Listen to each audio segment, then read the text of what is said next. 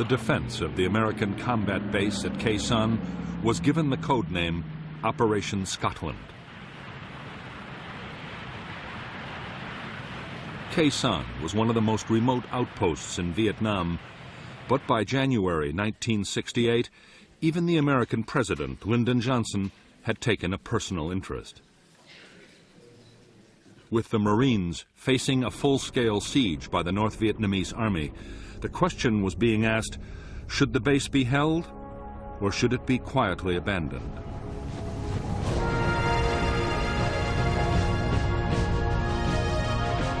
Many in Washington worried that defending Khe Sanh could invite a costly and humiliating defeat. General Westmoreland, the U.S. commander in Vietnam, dismissed all such fears. Already, Khe Sanh was tying up nearly 20,000 North Vietnamese troops, and there might be a chance of winning a major American victory.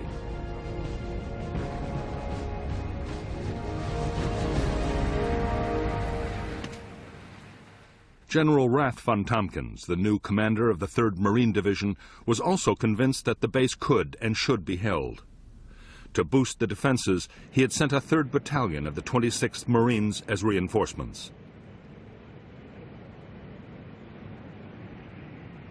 They were directed to Hill 558, from where they could provide fire support. There were now 5,000 American troops at Khe Sanh.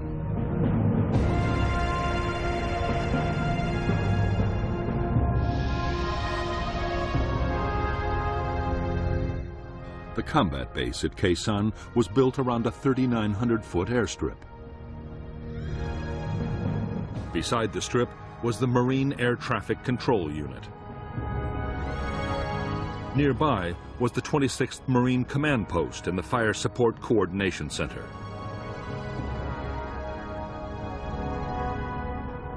At the eastern end of the base was the main ammunition dump, with a secondary dump to the west.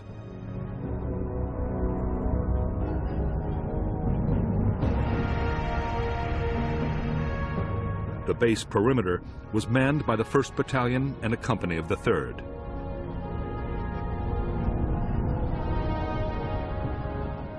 There was also a forward operating base run by Special Forces. The infantry were backed by tank and anti-tank units and an artillery battalion of the 13th Marines.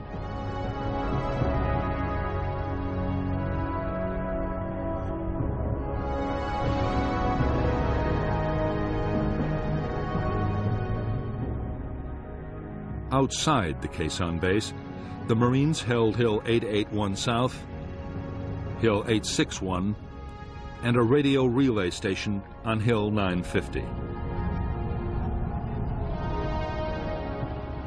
The whole 2nd Battalion occupied Hill 558 to block the Rao Quan River Valley. Beyond 881 South, the North Vietnamese 325C Division had secretly fortified a chain of hills. On January 20th, 1968, the Americans thwarted an attempt to take 881 South, and just after midnight the next day, 861 was partially overrun, but the attackers were also driven off. At 5:30 a.m., Khe Sanh base itself was hammered by a massive North Vietnamese artillery bombardment.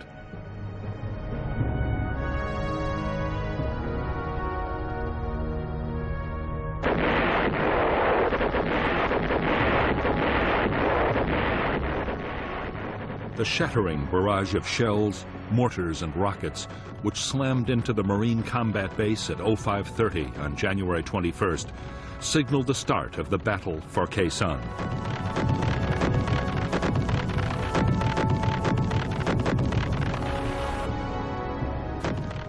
The North Vietnamese gunners had targeted their bombardment with unerring accuracy. As Marines had dived for cover, one of the first rounds had scored a direct hit on the main ammunition store.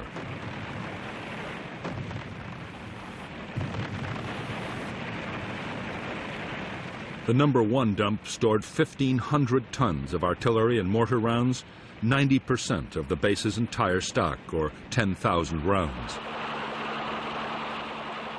All of it was lost. 18 men were killed instantly and 40 were wounded as the ammunition exploded and shells and mortar rounds flew in every direction. The explosions would go on for another 48 hours.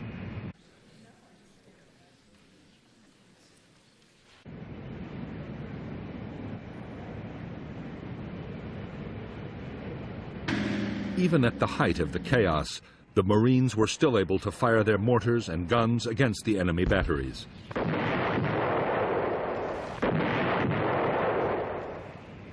They also called in air support, and very quickly, fighter bombers were blasting the suspected locations of the North Vietnamese artillery, which in return scored 300 direct heavy artillery hits on the firebase.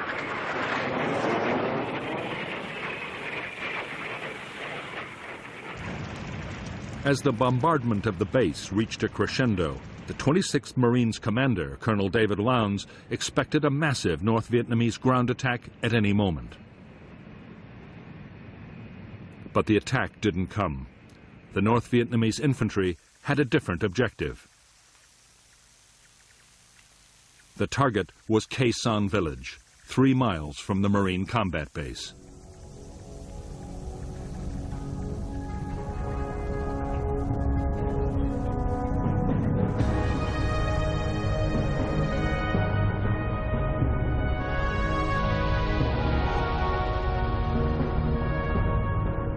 At dawn on January 21st, NVA troops attacked Khe Sanh village, where 200 Marines and South Vietnamese troops were stationed.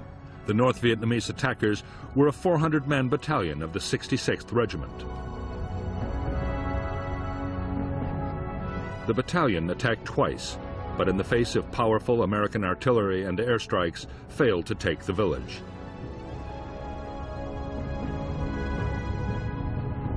An attempt at reinforcement by a South Vietnamese unit went disastrously wrong, and the whole force was destroyed. Later in the day, the village was evacuated and abandoned to the NVA.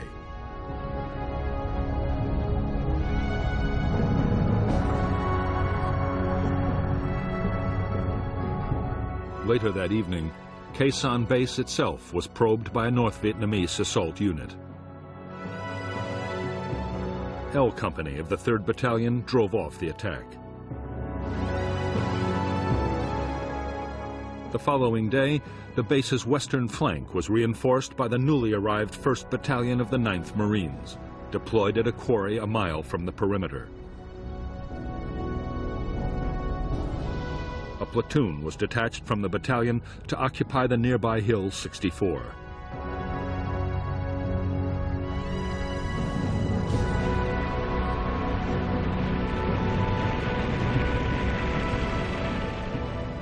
For the Marines inside the Khe Sanh base, the days were now filled with feverish activity. There were sudden heavy bombardments from NVA guns and rockets.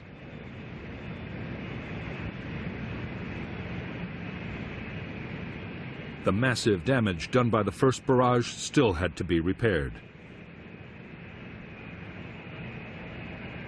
The biggest worry was ammunition. The first aircraft to land all carried shells. More than 130 tons were delivered in just 2 days.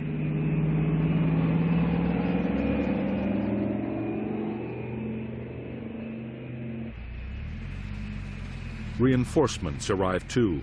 The Marines were joined by 300 South Vietnamese Army Rangers, and Colonel Lowndes now had more than 6,000 men inside the compound and in 7 defended positions on the surrounding hills.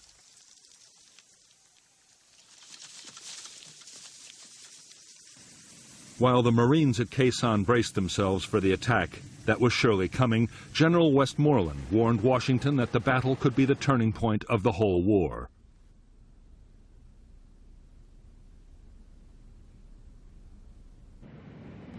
In the United States, President Johnson was getting more and more worried about what might happen. The last thing he wanted was an American version of Dien Bien Phu, but he was determined to support his commander. Westmoreland would be allowed to fight the battle he wanted. There would be no U.S. withdrawal from Khe Sanh, despite the fact that the NVA were still raining between 150 and 300 shells a day on Khe Sanh.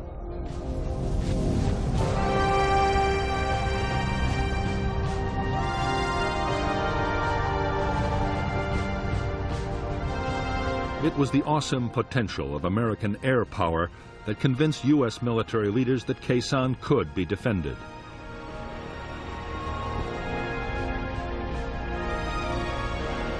Before the battle had started, on 5th January, Westmoreland and U.S. tacticians devised a plan for defending Khe Sanh by bombing. It was already being unleashed on the North Vietnamese divisions with devastating effect.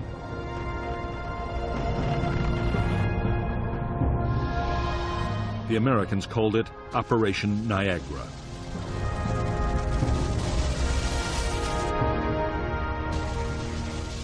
The first part of Niagara was to pinpoint North Vietnamese troop concentrations. Information from air reconnaissance, special forces teams, radio interception, and every other possible source was fed into the intelligence system.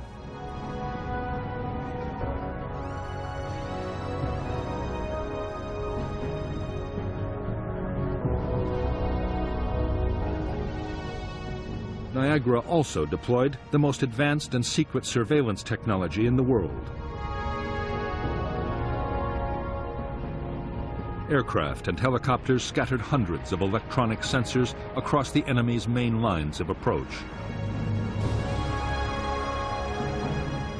They could detect the movement of troops and send signals to alert the Americans.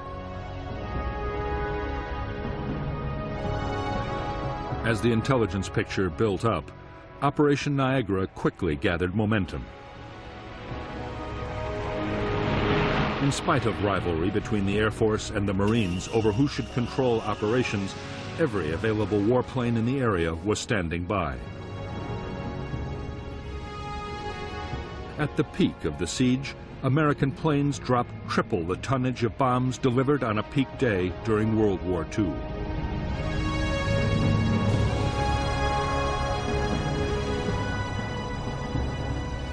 Added to this, fighter bombers would deliver 54,500 tons of napalm alone.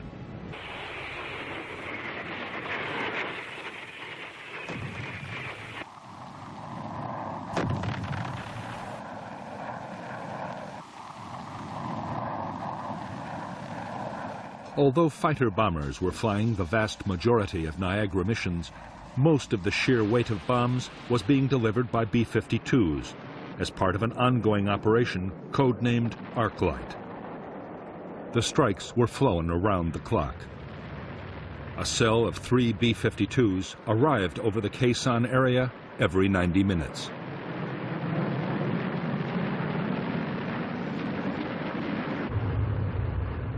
The giant heavy bomber was able to carry a massive 27 tons of bombs. The aircraft dropped their loads from 30,000 feet, high enough so that the planes couldn't be seen or heard from the ground. The only warning most North Vietnamese troops got of a raid was the shattering detonation of the first bombs.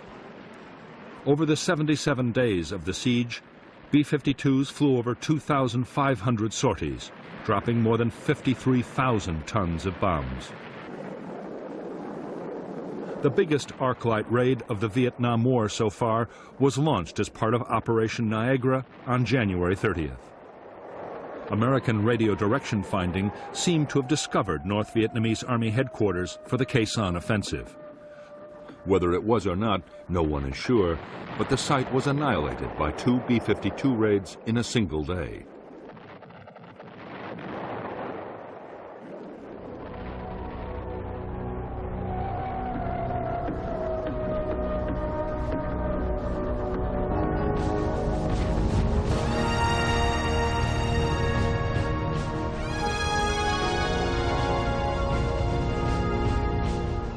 Early in the morning of January 30th and 31st, 1968, the general offensive the Viet Cong had been planning for more than 6 months broke with shattering force all over South Vietnam.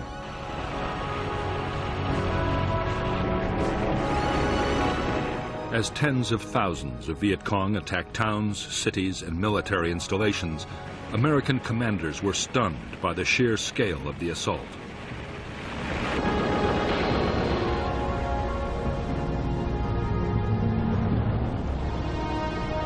While most of South Vietnam erupted in violence, Khe Sanh was uncannily quiet. A North Vietnamese army defector had confirmed that there was to be a major attack, but nothing had happened yet.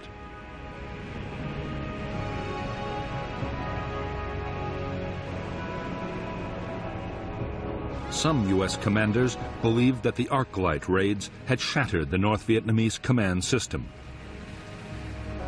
There was no way of telling.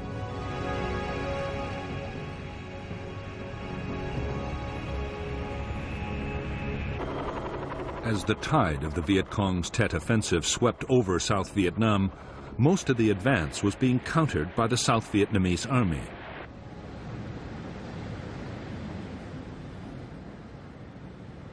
The Americans had been heavily committed in only a few places, mainly around Saigon and in Hue.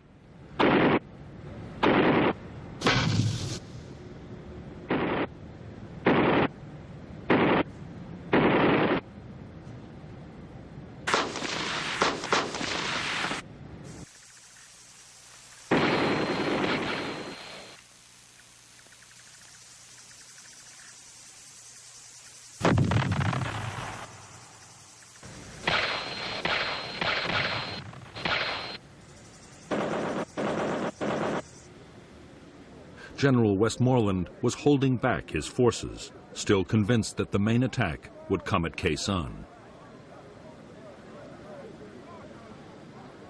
By this time, the weather in the Khe Sanh area had deteriorated badly. Heavy cloud cover had limited American airstrikes. The battle for the combat base had settled into a straight fight between American and North Vietnamese gunners.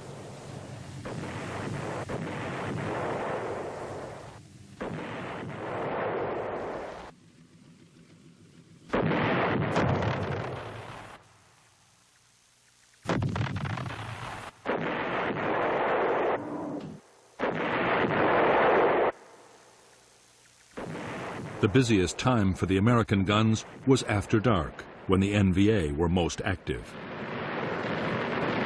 Every night, the Marines laid down concentrated patterns of fire on likely areas. Sometimes, in bombardments known as mini-arc lights, an intense artillery barrage was combined with radar-guided airstrikes to saturate a target completely.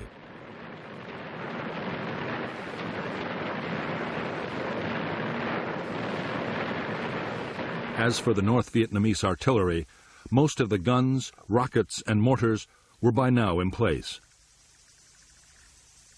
Getting them into position had been a massive job. Northern troops had also sighted hundreds of ammunition dumps around Khe Sanh and across the border in Laos.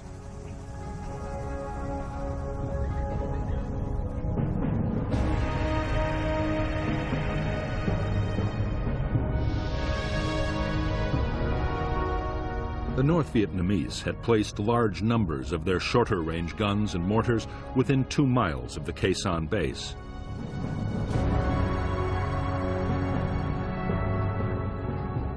Most of the big rockets were fired from Hill 881 North. The heavy guns were much further away, on Hill 305, and in caves on the slopes of the Ko Rock Mountain across the border in Laos. While they could hit the Americans, the Marine guns didn't have the range to hit back. Even the Army's big guns on the Rock Pile and Camp Carroll couldn't reach the NVA's heavy batteries.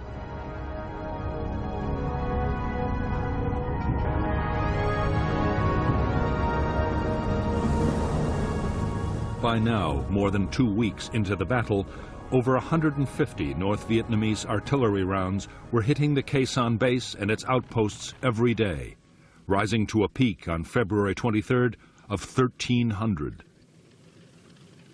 For the Marines, building the best possible protection was a matter of life and death. Orders were that every man had to have access to a bunker able to stop an 82mm mortar round. Command posts were to withstand a 120mm hit. As for the heavy shells of the NVA's biggest guns, nothing could stop those.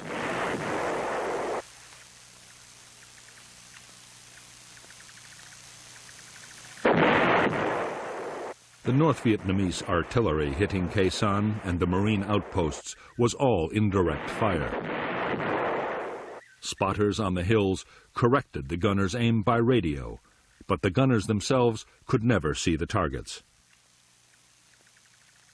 What NVA commanders wanted most of all was to place guns on the hills overlooking the base. From there, they could pour devastating fire straight down onto the Americans.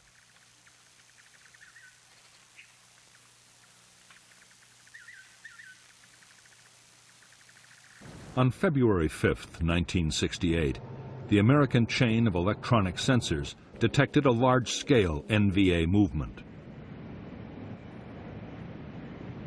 The activity seemed to point to an imminent attack on Hill 881 South. The U.S. reaction was a massive Niagara raid. Whole North Vietnamese units were caught in the open as the entire area around the hill was devastated in a massive storm of bombs.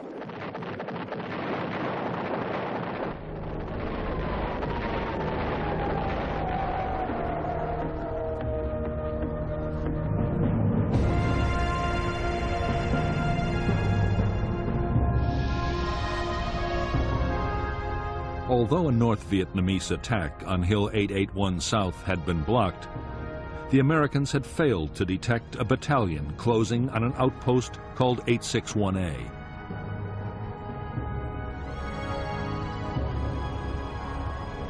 There, a single Marine company drove off 2 determined assaults as artillery fire destroyed the follow-on waves of NVA troops.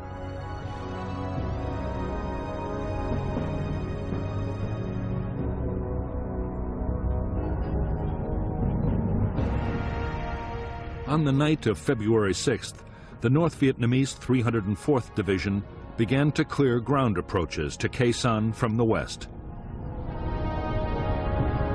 The first objective